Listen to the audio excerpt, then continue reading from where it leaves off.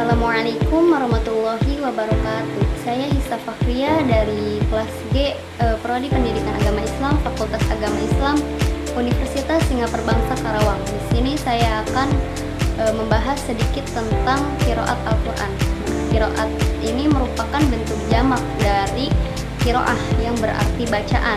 Secara istilah, ada beberapa pandangan ulama mengenai istilah qiraat Al-Quran. Yang pertama itu menurut Mana Al-Qattan. Menurut Mana Al-Qattan ini qiraat adalah suatu mazhab pengucapan Al-Quran yang dipilih oleh imam qiraat sebagai mazhab yang berbeda dengan mazhab yang lainnya. Dan yang kedua yaitu menurut Al-Zarqani. Menurut Al-Zarqani ini imam qiraat ialah suatu cara membaca Al-Quran yang dipilih oleh salah seorang imam ahli qiraah yang berbeda dengan cara orang lain dalam mengucapkan Al-Quranul Karim, sekalipun riwayat sanad atau jalannya yang sama. Nah, yang ketiga yaitu menurut Al-Jazari. Menurut Al-Jazari ini qiraat adalah ilmu yang mengenai cara mengucapkan kalimat-kalimat Al-Quran dan perbedaan-perbedaannya yang disandarkan kepada perawi-perawinya. Nah, lalu dari definisi-definisi tadi yang sudah saya sebutkan dapat disimpulkan bahwa fokus dan objek ilmu qiraat ini adalah redaksi Al-Quran, bukan maknanya yang berkaitan dengan cara membaca redaksi tersebut. Hal ini berbeda dengan tafsir. Kalau tafsir itu dititik beratkan kepada bagaimana memahami makna dari redaksi tersebut. Lalu ilmu Al-Quran ini adalah ilmu riwayat atau ilmu yang berlandasan penukilan para ahli qiraat yang tersambung sanadnya kepada Nabi Muhammad SAW. Tidak ada unsur ijtihad dari ilmu ini dan murni merupakan taufiki dari Nabi Muhammad SAW itu sendiri. Nah, lantas apa yang melatar belakangi sehingga ini betul-betul murni dari taufiki Rasulullah SAW? Kita juga harus tahu sisi sejarah dan latar belakang yang berkaitan dengan qiraat Al-Quran ini. Ada sebuah riwayat dalam hadis Rasulullah SAW dari Ibnu Makromah bahwa Umar bin Khattab radhiyallahu anhu berkata, "Aku mendengar Hisham bin Hakim bin Hizam membaca surah Al-Furqan. Ia membaca huruf-huruf yang belum pernah dibacakan oleh Nabi Muhammad SAW. Dan aku berkata kepadanya, siapakah yang membacakan surat ini kepadamu? Lalu Hisham pun menjawab, Rasulullah SAW. Nah, aku berkata, kamu berdusta. Rasulullah SAW tidak membacakan seperti itu. Lalu aku pegang tangannya dan aku bawa dia kepada Rasulullah SAW. Lalu aku berkata, wahai Rasulullah, sesungguhnya engkau membacakan surat Al-Furqan kepadaku, sedangkan aku tadi mendengar orang ini membacakan huruf-huruf yang belum pernah engkau bacakan kepadaku, kata Umar. Sedangkan tadi kata Umar ya. Nah, lalu Rasulullah bersabda, bacalah wahai Hisham. Nah, lalu Hisham pun membacanya dengan bacaan yang didengar oleh Umar tadi. Nah, maka Rasulullah bersabda, begitulah Al-Quran diturunkan. Lalu Rasulullah pun berkata kepada Umar, wahai Umar, bacalah, katanya. Lalu aku pun membacanya. Kemudian Rasulullah bersabda, begitulah Al-Quran diturunkan. Nah, lalu beliau bersabda, begitulah Al-Quran diturunkan dengan 7 huruf atau bahasanya itu dialek ya. Nah, hadis Sunan An-Nasa'i. Jadi hadis ini itu bisa jadi latar belakang mengapa ada perbedaan qiraat. Yang perbedaan qiraat ini sudah qiraat ini bersambung sanadnya kepada dengan Nabi Muhammad melalui berbagai verifikasi dari para perawi-perawinya dan betul-betul dipertanggungjawabkan oleh perawinya dan tentunya disandarkan oleh Nabi Muhammad SAW. Kemudian ini masih berkaitan dengan sejarah dan latar belakang qiraat.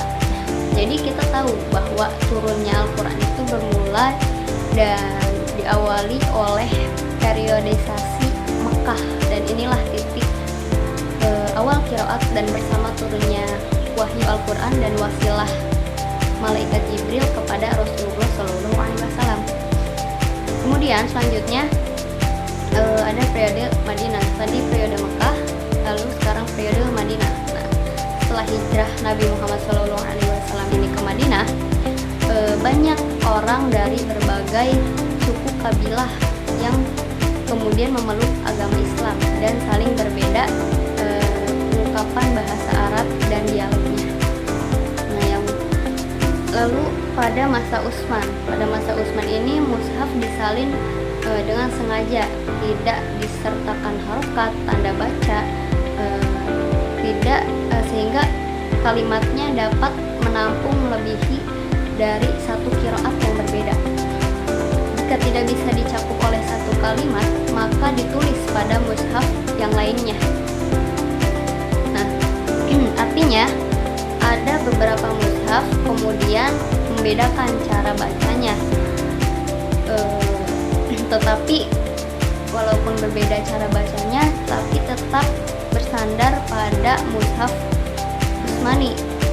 Nah, mushaf Utsmani ini mencakup ahruf as-sab'ah atau 7 huruf, 7 bacaan, 7 dialek dan berbagai qiraat yang ada pada saat itu. Nah, selanjutnya setelah masa mushaf masa Utsman, lalu ada ahli qiraat golongan sahabat, yang merupakan yaitu Utsman bin Affan, Ali bin Abi Thalib, Ubay bin Ka'ab, Zaid bin Thabit, Ibnu Mas'ud, Abu Darda, dan Abu Musa al-Asy'ari. Setelah masa sahabat lalu diteruskan oleh golongan tabi'in, yaitu Ilmu Musyayyab, Urwah, Salim, Umar bin Abdul Aziz, Alqamah al-Aswad, Ma'ruf, Abu Aliyah, Abu Raja, Nasr bin Asin, dan Al-Mughirah bin Abu Syihab, Al-Makhzumi, dan Khalid bin Sa'ad. Nah, itu pada golongan tabi'in. Kemudian muncullah ide untuk membukukan bacaan-bacaan dan buku-buku qiraat. Nah, yang pertama kali menyusun buku qiraat ini yaitu Imam Abu Ubaid Al-Qasim bin Salam. Beliau wafat pada tahun 224 Hijriah. Nah, beliau ini menghimpun qiraat dari 25 perawi. Nah, pada pendapat lain juga yang menulis buku qiraat adalah Husain bin Utsman bin Thabit al-Baghdadi. Nah, beliau ini wafat pada tahun 378 Masehi. Nah, selanjutnya abad ke-3 Hijriah, Ibnu Mujahid pun menyusun kitab qiraat dengan nama Al-Sab'ah. Nah, itu adalah sejarah dan latar belakang qiraat. Selanjutnya yaitu imam-imam qiraat. Adapun 7 imam qiraat yang masyhur dan teriwayatkan melalui adanya beberapa imam qiraat, yakni Abu Amir bin Ala. Beliau ini adalah qori dari Basrah dan dua orang perawinya adalah Ad-Duri, Ad-Dauri, dan As-Susi. Yang kedua yaitu Ibnu Katsir. Beliau ini termasuk golongan tabi'in dan dua orang perawinya adalah Al-Bazi dan Kunbul. Yang ketiga yaitu Nafi Al-Madani dan dua orang perawinya adalah Qalun dan Warosh. Dan yang keempat yaitu Ibnu Amir Asy-Syami. Beliau ini seorang qadi atau hakim di Damaskus.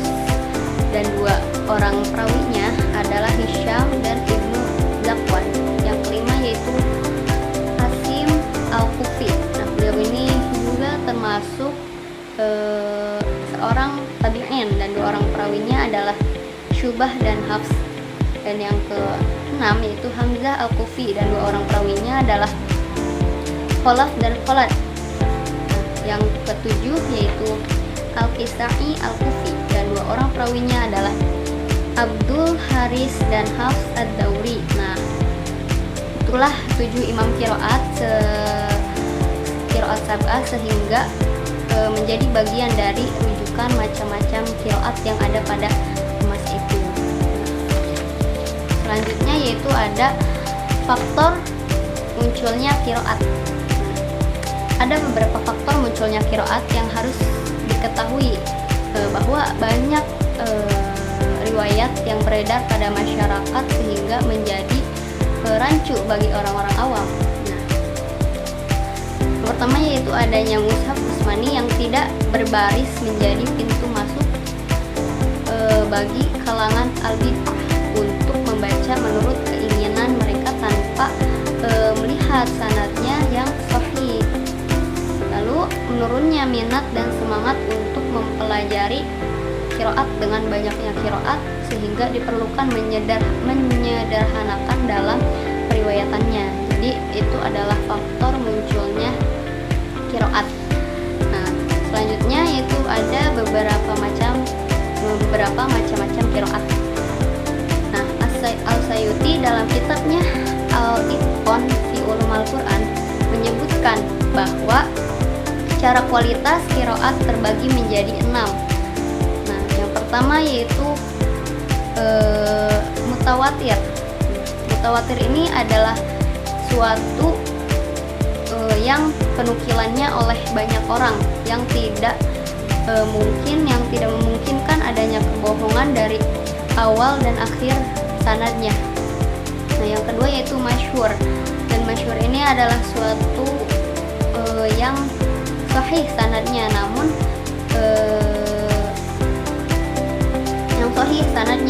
tidak sampai ke tingkat mutawatir. Nah, namun sesuai dengan kaidah bahasa Arab atau sesuai dengan Trans Utsmani. Nah, yang ketiga yaitu ahad. Ahad ini adalah suatu yang sahih sanadnya, namun tidak sesuai dengan Rasm Utsmani atau kaidah bahasa Arab, dan tidak terkenal sebagai halnya qiraat yang masyhur. Jadi yang keempat yaitu syadz. Syadz ini adalah suatu yang tidak sahih sanadnya. Jadi syadz tidak sahih sanadnya. Nah, yang kelima adalah mudraj. Mudraj ini adalah suatu yang ditambahkan dalam qiraat dengan bentuk penafsiran dan dalam ayat-ayat Al-Quran. Yang keenam yaitu maudhu. Maudhu ini bacaan yang tidak ada asli dan atau kaidahnya. Itu maudhu. Lalu ada juga pengaruh qiraat pada istinbat hukum. Nah, perbedaan qiraat satu dengan lainnya juga bisa saja terjadi pada perbedaan huruf, bentuk kata, susunan kalimat, i'rab, penambahan dan pengurangan kata. Itu bisa jadi suatu ya perbedaan qiraat. Nah, perbedaan-perbedaan ini tentu sedikit banyaknya membawa kepada perbedaan makna. Selanjutnya berpengaruh terhadap suatu hukum yang diistinbatkan darinya. Nah, yang pertama yaitu perbedaan qiraat yang berpengaruh terhadap istinbat hukum. Nah, qiraat mutawatir dan masyhur tentu bisa menjadi penafsiran dan penjelasan sebagai dasar hukum. Misalnya, perbedaan qiraat pada ayat Mulasamah dalam surat An-Nisa ayat 43. Nah, perihal ini yang membatalkan wudhu. Nah, Ibnu Katsir, Nafi, Asim, Abu Amr, dan Ibnu Amir membacakan tamastum. Nah, dia membacakan seperti itu. Sedangkan Al-Kisai dan Hamzah membacanya dengan lamastum. Nah, yaitu menghilangkan alif antara lam dan mim. Jadi, dari sini dapat dilihat para ulama berbeda pendapat dalam penafsiran memaknai kalimat lamastum. Ada yang berpendapat bersetubuh, bersentuh dan bersetubuh, dan juga bersentuhan kulit dalam bentuk persetubuhan dan atau dalam bentuk lainnya. Nah, yang kedua yaitu perbedaan qiraat yang tidak berpengaruh terhadap istinbat hukum. Kalau yang tadi yang pertama yang berpengaruh terhadap istinbat hukum, ya, lalu yang kedua ini yang tidak berpengaruh dalam istinbat hukum. Seperti dalam surat Al-Ahzab ayat 49 pada kalimat yang qabli tamassuhunna. Ibnu Katsir, Abu Amir, Ibnu Asim, dan Nafi membacanya tamassuhunna. Sedangkan Hamzah dan Al-Kisai membacanya seperti ini, tamassuhunna.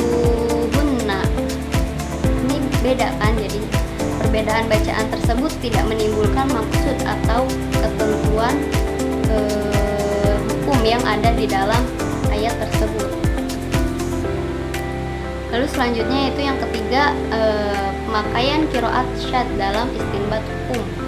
Nah, contoh yang berkaitan dengan qada puasa Ramadan bagi wanita haid, apakah harus berurut, apakah harus terpisah-pisah? Nah, ulama mazhab Hambali dan Hanafi mengatakan bahwa dia harus mengqadanya secara berurutan. Nah, dasarnya adalah qiraat syadzah yang diriwayatkan Ubay bin Ka'ab yang menambah kalimat mutatabi'at pada surat Al-Baqarah ayat 184. Nah, sedangkan mazhab Syafi'i membolehkan mengqada puasa tersebut dengan terpisah-pisah karena menganggap qiraat Ubay bin Ka'ab tersebut tidak dapat dijadikan dalil. Nah, selanjutnya yaitu ada manfaat perbedaan qiraat. Nah, yang pertama yaitu meringankan umat Islam dan memudahkan mereka dalam membaca Al-Quran, khususnya penduduk Arab yang terdiri berbagai kabilah dan suku, yang diantara mereka terdapat perbedaan logat, tekanan suara, dan sebagainya. Dan yang kedua yaitu menunjukkan bahwa Allah Subhanahu wa Ta'ala benar-benar menjaga Al-Quran dari perubahan dan penyimpangan, walaupun Al-Quran banyak segi bacaan yang berbeda-beda. Dan yang ketiga yaitu sebagai penjelasan bagi hal-hal mungkin masih global atau samar dalam qiraat yang lainnya. Nah, yang keempat yaitu sebagai bukti kemukjizatan Al-Quran dari segi ringkasan maknanya, karena setiap qiraat menunjukkan hukum syara tertentu tanpa perlu adanya pengulangan lafaz. Dan yang kelima yaitu sebagai keutamaan dan kemuliaan umat Nabi Muhammad SAW atas umat-umat terdahulunya, karena kitab-kitab yang terdahulu hanya turun dengan satu qiraat. Nah, mungkin cukup sekian yang dapat saya sampaikan. Kurang lebihnya mohon maaf. Wabillahi taufiq wal hidayah. Wassalamualaikum warahmatullahi wabarakatuh.